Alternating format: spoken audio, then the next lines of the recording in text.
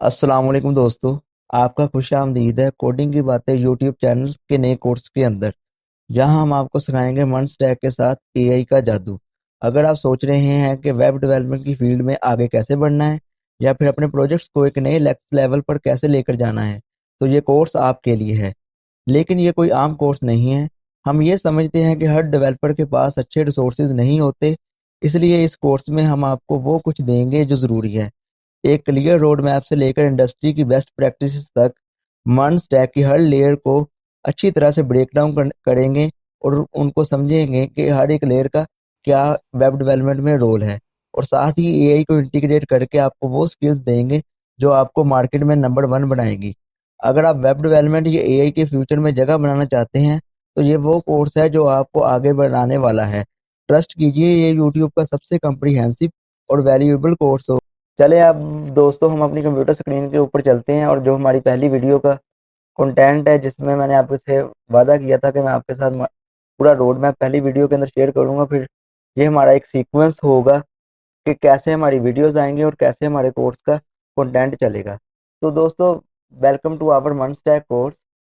कोई भी जो दोस्तों वेबसाइट होती है, वो दो चीज़ों पर मुश्तमिल होती है। एक होता है फ्रंट एंड और एक होता है बैक एंड। अब फ्रंट एंड क्या होता है? फ्रंट एंड ये होता है कि जैसे ही आपने कोई वेबसाइट ओपन की, जैसे कि यूट्यूब की वेबसाइट या फेसबुक की वेबसाइट, तो वहाँ पर जो आपको वीडियोस का सेक्शन नज़र आ रहा है, वीडियो के नीचे बटन्स नज़र आ रहे हैं, like button, dislike button, subscribe button या कमेंट सेक्शन, ये जो कुछ भी आपको आपकी आंखों के सामने नज़र आ रहा है एक नॉर्मल यूज़र को, इसे हम कहते हैं front end of a website. उसके बाद बैक एंड। बैकएंड की मिसाल मैं आपको ऐसे देता हूँ, जैसे कि आप सोचेंगे आप एक वेबसाइट पर गए हैं। उस वेबसाइट ने कहा है कि आपने अगर हमारे फीचर्स को, जितनी भी हमारी वेबसाइट के अंदर फीचर्स है उसको एक्सेस करना है, तो आप इसमें लॉगिन या साइन अप करें। जैसे ही आप अपना डाटा एंटर करके लॉगिन या साइन अप करते हैं, तो फ़ौरन वहाँ पर क्या आ जाता है कि ये बटन, साइन अप या लॉगिन बटन पर डाटा एंटर करके क्लिक कर दें। जैसे ही आप क्लिक करते हैं, तो समझ लें आपकी एक रिक्वेस्ट जा रही है सर्वर के ऊपर। अब सर्वर ने आपको रिस्पॉन्स भेजना है। रिस्पॉन्स के ऊपर रिस्पॉन्स ये होगा कि ये बंदा ऑथेंटिकेटेड है, अब उसने हमें अपना लॉगिन वगैरह का प्रोसेस जो है वो मुकम्मल कर लिया है, तो अब इसको जो भी डाटा हमारी वेबसाइट के अंदर है इसको शो कर दो। तो ये दो मिसालें होगी फ्रंट एंड और बैक एंड की। इसके बाद हम सबसे पहले स्टार्ट करेंगे फ्रंट एंड से। फ्रंट एंड में हम सबसे पहले पढ़ेंगे HTML, CSS, जावास्क्रिप्ट, और उसके बाद टेलवेंट CSS, और उसके बाद ये जो फ्रेमवर्क है जिसमें हम इन तमाम चीज़ों को जो पहले चार पढ़ी इंटीग्रेट करके एक वेबसाइट का फ्रंट एंड तैयार करेंगे, रिएक्ट JS, वो पढ़ेंगे। तो हमारा HTML आप देख सकते हैं, इसमें हम कौन कौन से टॉपिक्स पढ़ेंगे। इसमें हम पढ़ेंगे स्ट्रक्चर ऑफ HTML, किस तरह से हमने शॉर्टकट के तौर पर बॉयलर प्लेट कोड जो HTML का है उसको कैसे तैयार करना है। हेडिंग टैग्स क्या होते हैं, पैराग्राफ और स्पैन टैग क्या होता है, line breaker, horizontal tag, anchor tag, image tag और उसके एट्रीब्यूट्स क्या होते हैं, तो ये सिमेंटिक टैग्स, तो ये HTML का फॉर्म, तो ये सब कुछ हम अपने HTML के अंदर पढ़ेंगे। उसके बाद हम आ जाएंगे CSS के अंदर। उसके हम स्टार्ट करेंगे पहले कि CSS होती क्या है, CSS को लिंक कैसे करते हैं HTML की फाइल के साथ, फाइल के अंदर आईडी और क्लासेस एक डिव के साथ कैसे यूज होगी, CSS के सिलेक्टर, जिसमें ये हम सिलेक्टर्स कुछ पढ़ेंगे, universal, type, class, ID, group, descendant, child.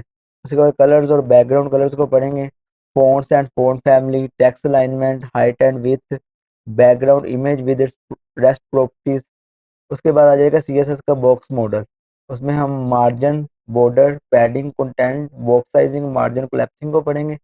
उसके बाद CSS की पोजीशनिंग आएगी, जिसमें हम static, relative, absolute, fix, sticky, Z index, इन सब को स्टडी करेंगे।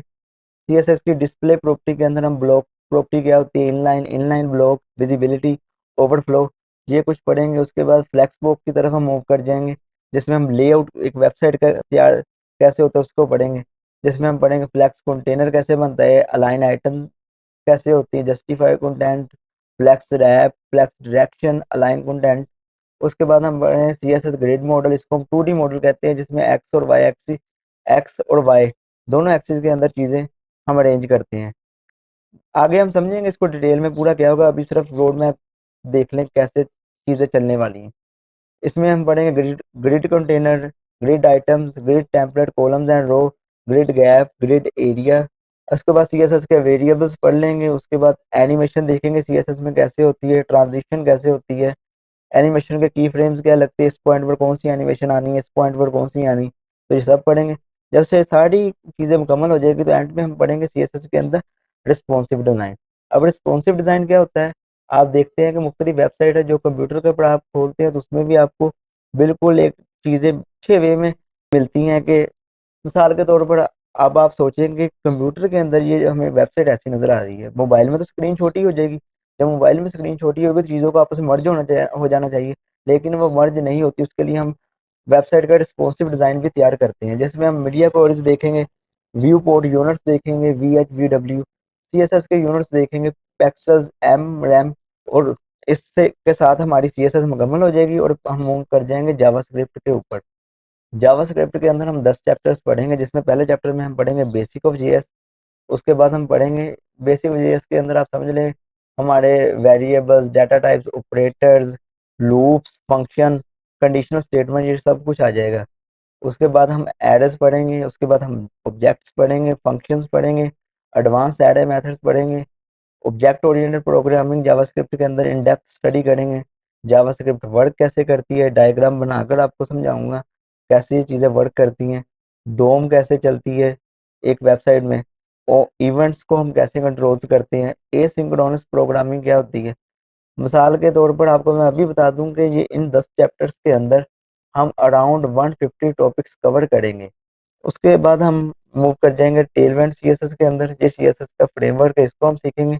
इसके अंदर टॉपिक्स नहीं है, टॉपिक्स हमने पढ़े होंगे ना सीएसएस के अंदर, पोजीशनिंग, फ्लेक्सिबल, इसको ही हम देखेंगे कि ये हम टेलवेंट सीएसएस में कैसे क्लासेस को यूज करके राइट करते हैं। उसके बाद हम मूव कर जाएंगे रिएक्ट जीएस के ऊपर। ये फ्रेमवर्क है, इसके लिए जावास्क्रिप्ट पहले सीखना जरूरी है, क्योंकि लॉजिक सारी इसमें जावास्क्रिप्ट की लगनी है। ये हमें बस एक्स्ट्रा ऑर्डिनरी फंक्शनैलिटी फराहम करता है फ्रंट एंड बनाने के लिए रिएक्ट जीएस।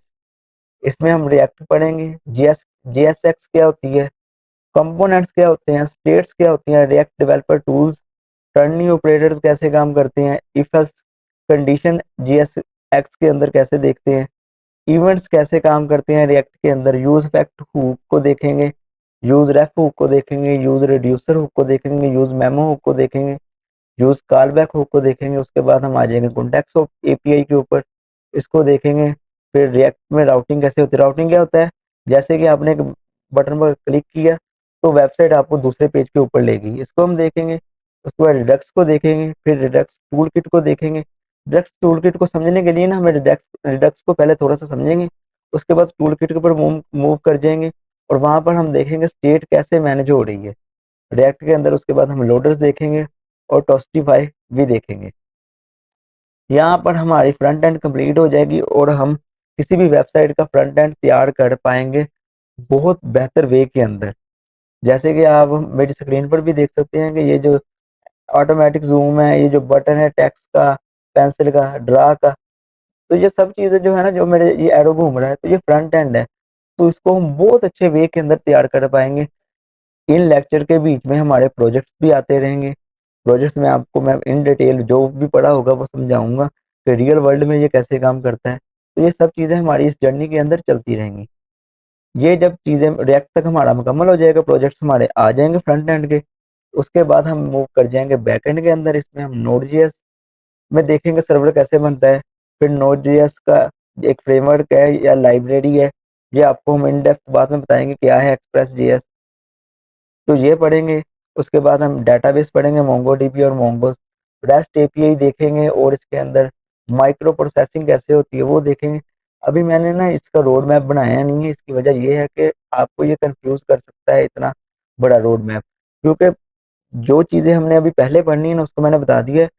बैक एंड भी इसी कोर्स के अंदर, ये खत्म होते ही रिएक्ट साथ ही शुरू हो जाएगा, लेकिन पहले बैकएंड की एक वीडियो आएगी फौरन, जिसमें नोड जेएस को इन डेप्थ में बताऊंगा पहले कि कौन कौन से टॉपिक पढ़ेंगे, एक्सप्रेस जेएस को कैसे पढ़ेंगे, उसके बाद मोंगो डीबी एंड मोंगोस को कैसे पढ़ेंगे, रेस्ट एपीआई एपीआई कैसे बनती है ये कैसे देखेंगे।